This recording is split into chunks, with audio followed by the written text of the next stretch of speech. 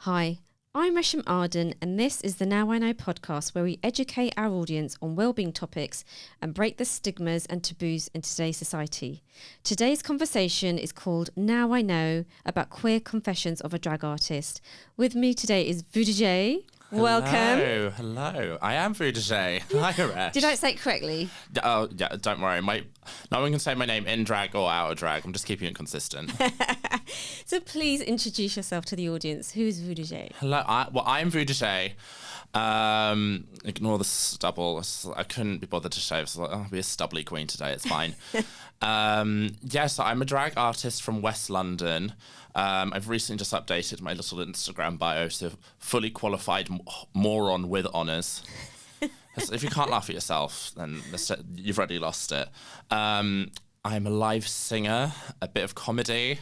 I'm very tall. That's usually the first thing that comes out of people's mouths when they see me, that I'm very, very tall, especially when I'm wearing my heels. But yes, I'm very excited. Thank you so much for having me. Oh, no, thank you so much for being my guest. So to everyone listening, we both work together. Yes. So speaking of comedy, you are always making me laugh in the office. It's just desperation. Exactly. So I'm actually really excited today. And I said to you yesterday, I know we're just going to have a laugh today. It's going to be really interesting, really insightful, but also I know I'm going to have a laugh, which is great. So Vudejai, where did the name come from? So, would you like the long story or the short story? Go with the long one. We've got time. I mean, it's kind of like reclaiming things that like really hurt. So it actually started when I was 13, and my grandmother got diagnosed with bowel cancer. It was very aggressive, and so she was put on very aggressive treatment and chemo, and she developed small blood vessels disease. And at the time, the doctor was like, "Oh yeah, she's going to experience like deja vu and all these other stuff, so don't worry."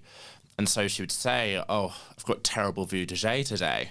She'd get confused with the word deja vu. What we didn't know as a family is that a lot of the symptoms for small blood vessels disease and dementia are actually the same. They overlap a lot. So when she was saying, "I've got terrible Vudejai," it was like the early stages of dementia kicking in. And so I wanted to reclaim it so me and my family can associate it with something more positive. And it means that every time I step out on stage and be really, really dumb, she's there with me. Because she never got to see this, and she kind of got to see some of my acting. She didn't get to see all of it. And so there's a lot of love, and like ironically, a lot of like my own family involved in my own drag.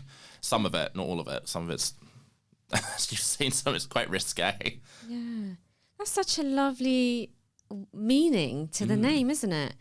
I didn't actually clock deja vu and Vudejai. It didn't even clock to me when you told me. Yeah, well, it's like, when I'm out and about and people are like, "Where did they get the name Vudejai?" When, "Oh, my grandmother just got confused with the word deja vu." Right. So I kind of give them like the meat of the sandwich. I don't give them the two depressing bits of bread.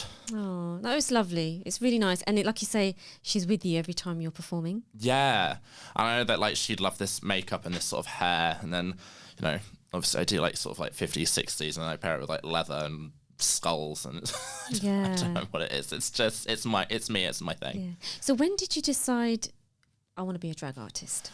What was the turning point for you? I think like I've always loved dressing up and like playing with stuff. Like, I mean, I've done acting since I was 4, so like I've been on stage for like 22 years. Like for me, this is like I know what I'm doing when I'm on stage. I'm very happy, very comfortable. But like, I'd always sort of made jokes when I was like 17, 18 of like, I'd be a great drag queen. I'd make a great drag artist. And like, people were like, "Yeah, you absolutely would." And then I made the joke at uni, and my lecturer went, "Yeah, you'd be a very good drag artist and you should do it."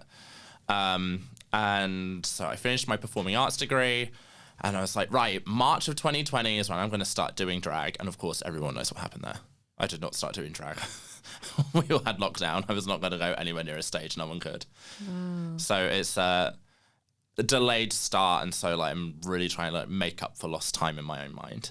So 2020 is when you decided to like start this? That's when I wanted to. Oh, so it's not been that long, because to me, when I speak to you, it's like you've been doing it for years. I think it's like being on stage and like being around people, that's totally natural to me. So for me, it's just like, well, I'm just picking up another character and that's fine. But yeah, like 2020 was like, oh no, I have to do drag. I think it was Alaska from RuPaul's Drag Race, potentially. I don't know. It was one of the Drag Race queens who said, when you get the calling for drag, it's like the calling for priesthood. You have to go to it. So what's the first step? Like, what do you do first if you decide you want to do this? And I think like people didn't necessarily clock what I was doing. It's like when I joined Sky, they'd be like, oh, I just love the fact that you just go out and wear makeup and all this different stuff. I was using everybody as my own personal guinea pig of like, how are people reacting to different looks? What colours work and what colours don't? And playing about with that. So I would go out and some looks where it's like, oh, don't do that again. And I look back, I'm like, oh, you made a decision there and that wasn't necessarily the right one. But then, yeah, just like, for me, it was the makeup. I'd already like done acting. So I was like, okay, well, I've got that. I know that I have a presence on stage and I know I've got that down and I can grow and learn more in that area anyway. But I need to learn everything else around it, like makeup and costuming. I mean, I don't do my own hair because I ruined so many wigs over lockdown. Like, I was buying like hundreds of pounds worth of hair. I was like, you know what? If this is the one thing I can't do in drag, that's fine. I'll support small queer businesses and get them to style my wigs for me. Absolutely. It's amazing. You look absolutely amazing. Thank you. And, you know, we spoke last year. We've been having conversation for quite a while about this. And we had a conversation about Christmas time. And it was a conversation I've obviously never had with anyone before. And it really opened my eyes to lots of things that goes on with not just people from queer communities, but all around. But can you share with the audience that conversation we had about Christmas? Yeah, so I think it's sort of the context. So there's a competition called Not Another Drag Competition, and I mean I love it, and I've been trying to get on quite a few times, and I'm hoping when I try next year I can get on. But the joke was, it's like, you know, Halloween is gay Christmas, it's queer Christmas. We love Halloween. That's our time to really embrace ourselves. And it's like the community's not really bothered about Christmas. Like, we'll go out, we'll have a laugh because you do anyway, it's Christmas. But for a lot of us, not me, because I prefer Christmas over Halloween, but I would talk to friends on the scene and they're like, oh, well, I'm having like a friend's Christmas. I'm not going back to see family. Because for a lot of them, it's like, well, I have to either step back into the closet or I have to hold back parts of myself. And it's like, it can be quite traumatic. And it's like, you know, like you go back and you get asked by the aunt, it's like, oh, I've got a wife yet, got a girlfriend. And it's like, about that. And so for a lot of us, it's like, once we are out, it's like, no, I refuse to go back in. I'm not going to experience that again. Yeah. Like, I'm loving who I am now, and it's not necessarily up to us or our responsibility to get people to come along with the ride. Yeah. Like, you know, you don't have to buy a ticket to come along to this. Yeah. Please do. But you don't have to. Yeah. And also it must be really hard to try and be someone you're not. Well, that's it. It's like, when people say like, oh, you're in drag, and it's like, you got all this, it's like, it's a lot of work and effort, but I love doing this.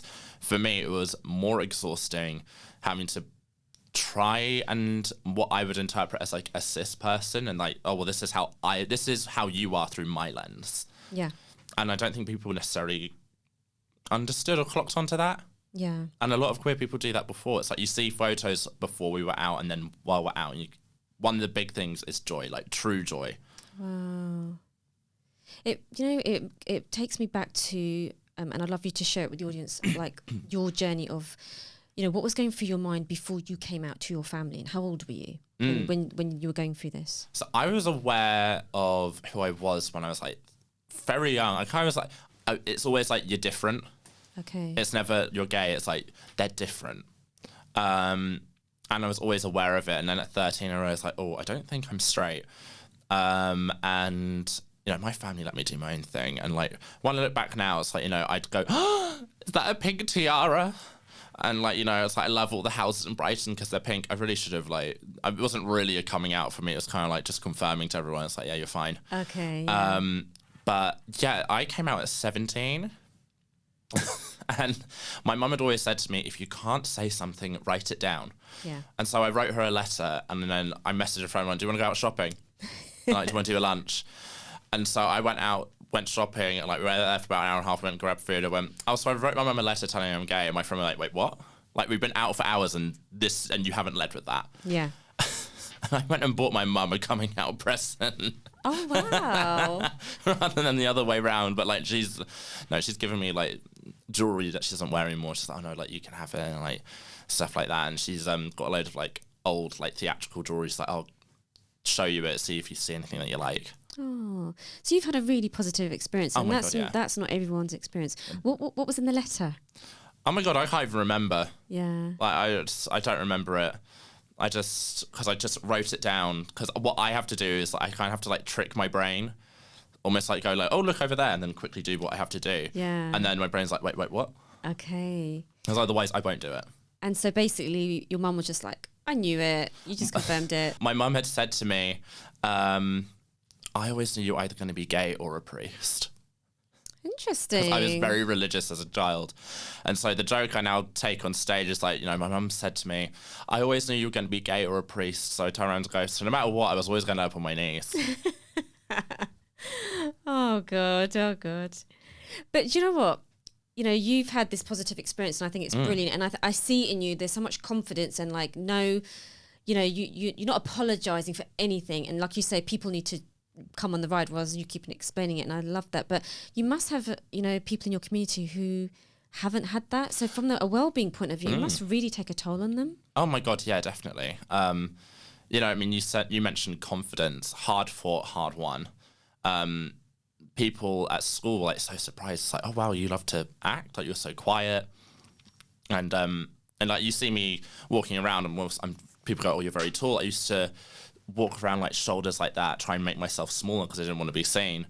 And so it's hard fought, hard won, and it's like I'm not saying sorry anymore. Like I don't have the energy. Yeah. Like it's very much like, well, if you don't like the program, just turn it off. Go watch something else. Like, I'm not going to make you come along for this.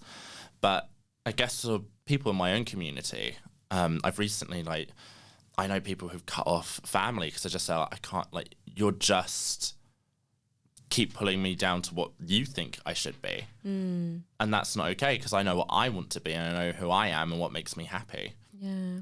And so that they just go like, okay, no, and cut them off. It's like, you're going to have to take a step back now so I can do what I need to do. Absolutely. So I can imagine, I've not been to one of your shows and I'd still love to come. When you're on stage, you must, and you're already confident, do you feel like you're just like a new lease of confidence or it's just a different type of... It's probably the only time, and I think so you're talking about like, oh, it's a new lease of confidence, like all these explosions. It's probably the only time where I feel quiet in my head. Like it's very tranquil for me on stage. Wow. And you sometimes see my acts, I'm like telling jokes or I'm like screaming down a microphone, or most recently I've done like a horror act, and it's like, for me, it's like, that's peace, that's my comfort zone. And it's the one time where like I switch off. Yeah. Like when I'm on stage, I'm not having to think about like the next action or the next thing. I was like, oh, what do I need to do? Yeah. I'm just like, it's just muscle memory and trusting my body to do what it can do. So now you're a drag artist, you're on stage. Do you ever look back and be like, oh, I wish I did this sooner? Oh my God, yeah. Yeah, I was just there like, why didn't you just do it during your degree? Like you had every opportunity. Like, you know, I used to go down to the local gay bar in Bedford, which oh my God, it's so ridiculous where it was. So at the gay bar in Bedford, the Barney Mo, and then opposite that was the college, and then next to it was the prison, all within about a 30-second walk from each other, if that. Wow. It's just so ridiculous to think about, like, that was where it was placed? Okay. And I would always go to like the drag karaoke and stuff like that. Like, you know, I saw some Drag Race queens before they were on Drag Race because they were at Barney Mo, they're performing. Oh, wow. So it's like you had every opportunity, but it's all about when it's ready for you. And you can't force stuff to happen. It's all about timing, isn't it? Yeah, it's got to be like, you may want it, or it's like you may want to do it, but it's like, keep going and pushing for stuff, but it's got to be when you're ready. Yeah, absolutely. So tell me about you got some shows coming up in November. Oh my God, Talk to me about that. What's all that about? So, I mean, I've recently got quite busy, but the one that I'm very, very proud of is a show that I produced called the Understudies Cabaret on the 12th of November. And I'm so excited. We've recently just done a rebrand of it all as well. So it isn't just for drag artists, it's for all queer artists. And so it was very much born out of the fact that I had done really well on a few heats of competitions where I was easily the top person. One of the judges had said to me in one of the heats, you could have your own show tonight, like full hour. I'd come and watch every second of it. It's great. And I was the only one to be given that critique or that feedback, and I didn't get through. The audience didn't like it at all. So it's like, I keep having all this failure and it's not back, but I'm good enough to have like booked gigs. I'm good enough to have paid gigs. Why am I not getting it? And then I was chatting with my friend Cetraline, which I think is fabulous because it's also the antidepressant, and Maxi Black. And they had also had the same idea. We were like, oh, let's put this together. Let's just do it. Because it's very much like, especially on our scene, it's, right, well, if you're not going to give me those steps or stuff, I'm just going to do it myself. Yeah. And so we found at the time, the first one was other drag artists were like, you're fantastic and we want you to know you're fantastic, and here's a paid gig and we want to give you a spotlight. Brilliant. And it went really, really well. It was amazing. And like even the bar was shocked by like how many tickets we sold on a Sunday. Wow. So we've got another one coming up on the 12th of November. I will be performing Maxi Black and Cetraline, and we have got some fabulous queer artists that I'm so excited to share with everybody. Wonderful. And for them to see. It's at the Matchstick Pie House on the 12th of November. It's Remembrance Sunday, so if you forget, that's on you. Yeah. It's literally in the name, and as well as the fact that, you know, it comes around every year. We know when Remembrance Sunday is. And so for anyone listening that wants to go, how can they get tickets? So if you follow me, Vudejai _drag, that is VUDEJAI_drag on Instagram, on my bio, there is the link to the tickets. There are still early bird tickets available. Don't just pop it in your diary. Please buy a ticket to help my blood pressure. So come along. It is in Deptford, and I'm aware it's a Sunday in Southeast London. It might be a lot, but I'm coming from West London to come and produce and sort this show out and perform for you all. So please come along. Aww. And as I say to my friends and clients that go, oh, but it's a Sunday, support me on the awkward days and I'll get to the good ones. Oh, I love that. That should be a quote on your page, isn't it? I'm quite happy with fully qualified moron with honours. I think that kind of like gives the idea of what I'm about, hopefully. Oh, bless. So have you, like we talk about wellbeing and mental health as well in all these topics, but, the more I open up about my struggles and my challenges, how I've overcome them, I've helped so many more people, come out about their mental health or wellbeing. Do you feel like because you are now yourself, you've inspired more people to be themselves? Yeah, I think it's kind of, I don't even think about, like, I'm not necessarily going into it as like, oh, well, I'm really want to help people. I want to inspire people. It's like, I'm just doing what I love. And I love being on stage. And like, when people come to see me and say, oh, well, like, I've had this and like, you helped me with that.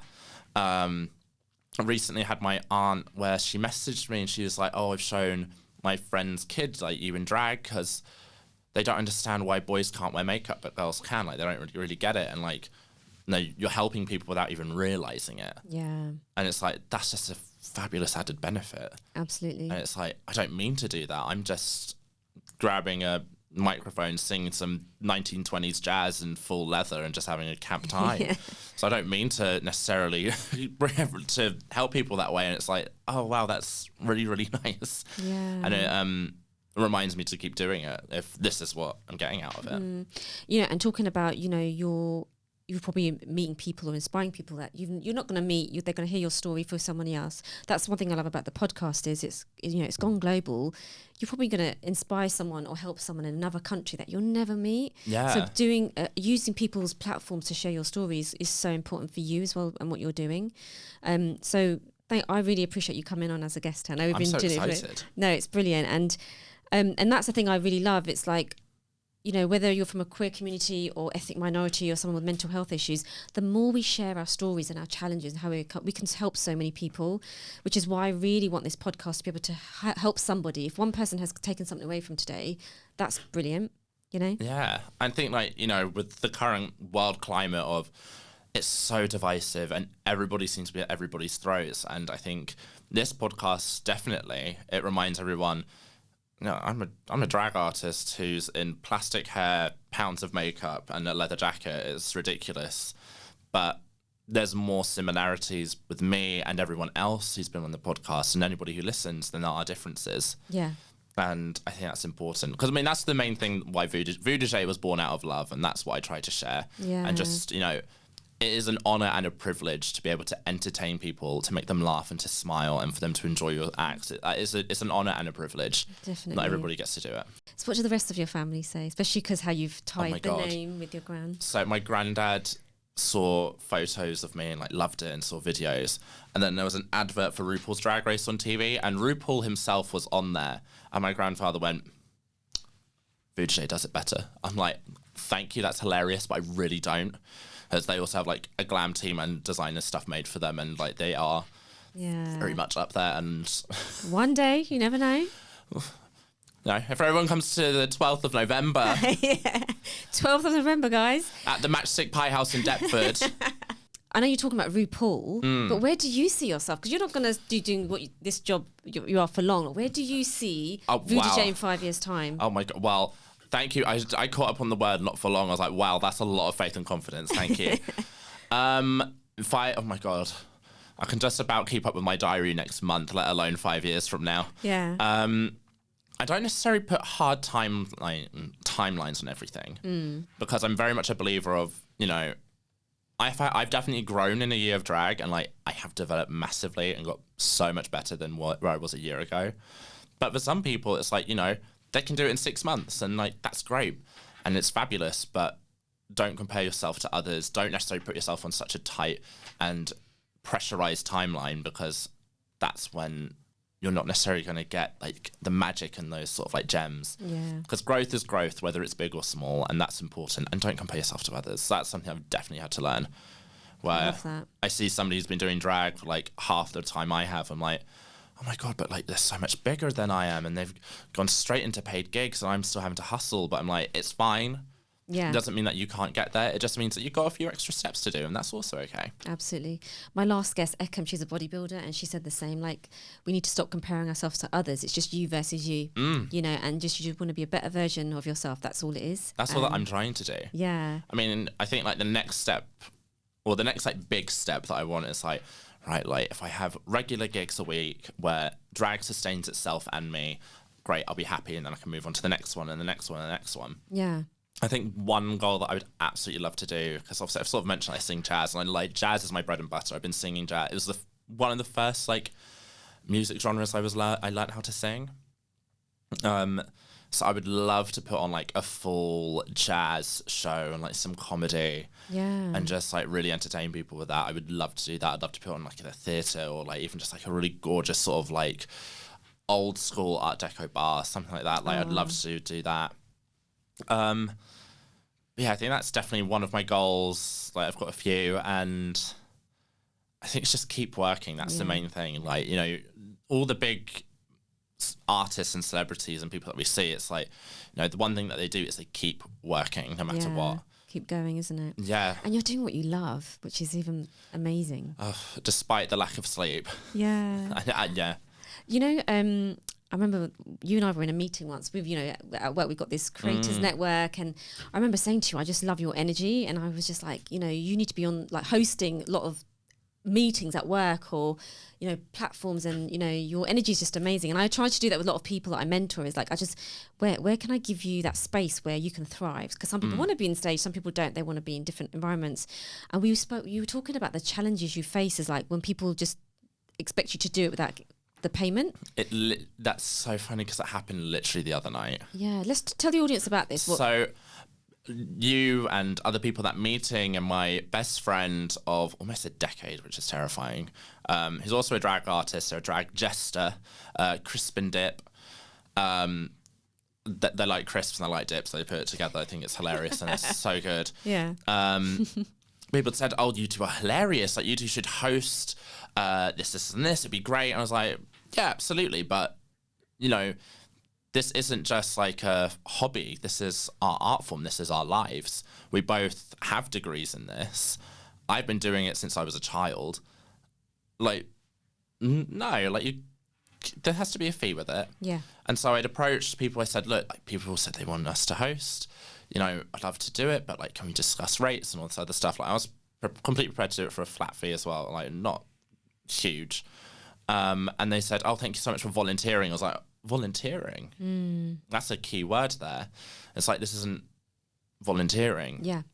I said, this is my art form. This is what I love. Like, I'd happy to discuss rates. If you don't have the budget for it, that's fine. I won't do it. And I thought that was that.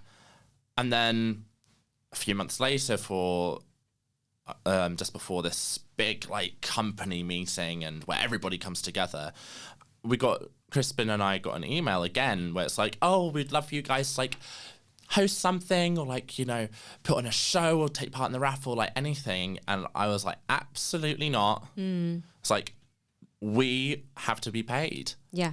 it's like, this isn't easy. Like, you aren't there for the months on end where I'm getting home at 10 at night because I've done my full day job and then I've gone and rehearsed numbers. Yeah. And then by the time I'm home, I've got to edit the tracks. So when I switch off, it's almost midnight or 1 o'clock in the morning. Yeah. I've got the years of experience. I know what I'm doing. Yeah. And also, it's like the drag itself. Like, you know, this wig wasn't cheap. It looks good for a reason. And the makeup and all the time and effort. So it's like, you've got to pay us. And they said, because you're internal, we can't pay you. And I was like, right, well, my out of drag person is very much internal. Vudejai is not. You do not own Vudejai. Yeah. So you have to pay me. And then it came up again. It's like a dog with a bone. They just aren't letting go. And they said, well, I think you should do it because you don't know who people know. You don't know this. And I was thinking, like, I said to them, well, no, I know you don't. I was thinking, well, how do I know you don't? And I realized every time I'm asked to do something in drag by other artists or people who know the art form, one of the first things they ask me is, what's your rate? Yeah. How much do we pay you? Yeah. And so I know you don't know other drag artists. I know you're not aware of the circuit. I know you're not aware of the scene. And for you, it's a novelty because you're not asking us how much we are to be paid. Yeah. You're not aware of what we have to do. And this isn't just my own opinion either. This is across the circuit. I'm on the London scene. I meet so many people. Yeah. And even like names from Trixie Mattel, who are gigantic, all the way down to me. Are saying, no, you must pay us. Yeah. And like, you know, I was looking at doing drag for that just to host and show and the raffle. That's 8 to 10 hours. Yeah. That's a full blown shift. And then that's not including the 2.5, 3 hours of getting ready. Yeah. So I'm looking at over 12 hours in drag, uncomfortable, because it's not comfortable. Yeah. Physically. Like, no, you got to pay Yeah. me. Absolutely. And Trixie Mattel put it so well. And like, I mean, I saw the artist share it. It's like, when people started picking up on drag, we're like, oh, thank you. Like, whatever crumbs were coming our way. Yeah. And now it's very much like, pay me or Yeah. leave me alone. Yeah, absolutely. And it's, you know, when they said, well, you could use the exposure. Well, clearly I don't need it. Yeah, I'm absolutely. doing this, and other drag artists who are very big on the circuit are aware of me. So And I totally relate to you because, you know, sometimes I get asked to be on stage, but, you know, and I'm like, oh, here we go again. The Indian, the female, you know. And then I just, now because I've become more confident, I'm like, pay me to be on stage, you know, or, you know, but earlier in my career, I would have just done it, just like you say. But then you're like, exposure doesn't pay my bills. PR doesn't pay my bills, okay? If you want me, I'll happily do it, but there is a fee. And I think that's coming with confidence and experience of just like, you know, and happy to not be somewhere, you know, I'm happy to not be on that stage, you know, and I agree with you. So it was Black History Month this week, and there was a talk, and that's what they were saying as well. They go, before we would just get asked to do a talk, and now we're more confident and say, no, we have a rate. And you're right, I think we have to be more confident saying, knowing our self-worth, and also knowing that it's okay to say no to something because something better's gonna come. well, that's it. It's like, you know, they were saying like, oh, you could use the exposure, you could use this to this. Every other gig that I've got for the rest of the year is paid. Yeah. Like, I don't need the exposure because I can get the exposure myself. Yeah. You know, when people ask me where did you start, I started at the Royal Vauxhall Tavern, which is one of, if not the largest stage for queer artists in potentially the country. Sorry, I haven't really performed that much outside London to anybody who's listening outside, just in case you disagree, but it's a big stage. Yeah. People like Paul O'Grady, when they were Lily Savage, were a resident artist there. Yeah. Princess Diana and Freddie Mercury would go in and go watch. And, you know, you've got titans of drag and performers who go there. Yeah. It's like, and that's where I began.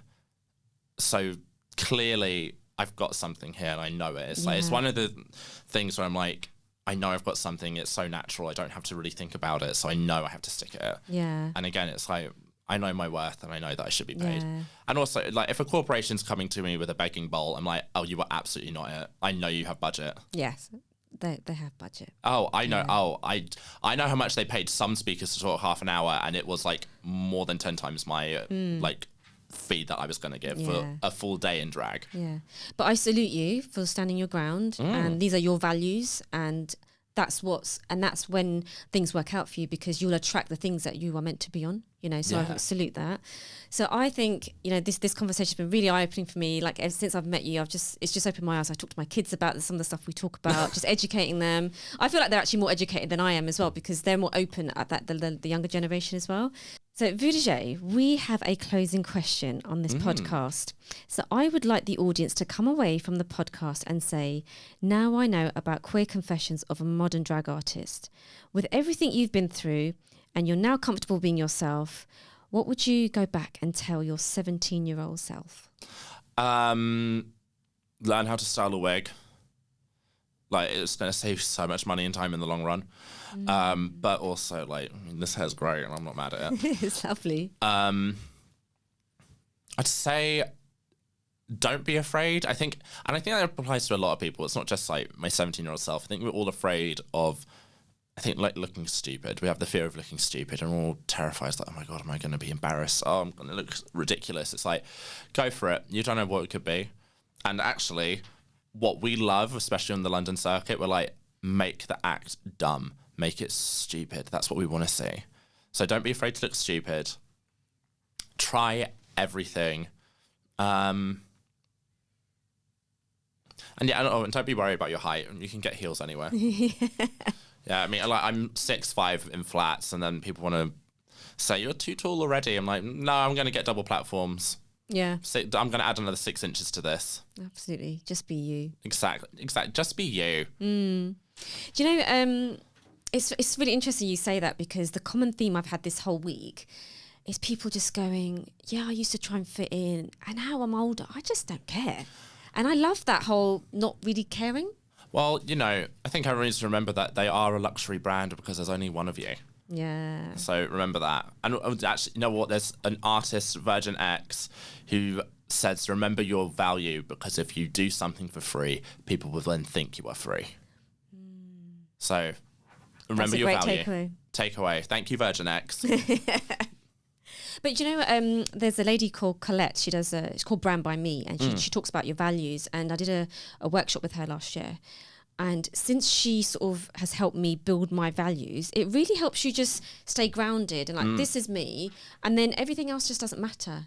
And then when you're grounded and you've got those values, it just solidifies exactly what you are about. And then there's just like no excuses. There's no like, sorry. It's just like, this is me, you know? That's I've stopped saying sorry so much. I used to say sorry all the time, and I was just like, I refuse. Like, sometimes I'll put it in an email or a message like, oh, really sorry to get back to you. I was away. I'm like, no, I'm not sorry that I took time off. Yeah. I'm like, I took time off. Live with it. Yeah, absolutely. So it's been an absolute pleasure having you on this podcast. Thank you so much. Is there anything else that we've not covered that you'd like to sort of share with the audience? Other than the fact that I look gorgeous, and you can all ignore the stubble if you can see it, don't look close. Remember, darkness and distance are your friends when you're in drag. And I'd also recommend everybody should try drag once, whether it's drag queen, thing, king. Drag is not just about queens, and we see a lot of queens. There are so many different forms of drag. You've got drag kings, drag clowns, drag things, drag jesters. Drag is open for everybody. Just go in with an open mind, an open heart, and just play with all the colours in the rainbow. Life's too short. Absolutely. Love that. Fabulous. Thank you so much, Vudejai, for this time. And I really appreciate it. And I hope everyone's going to be buying tickets for the 12th of November. Well, you know, I hope to see them there. Either way, I'm going to be getting a vodka. I'm so excited. But thank you so much for your time. Thank you. And to the audience, thank you for listening.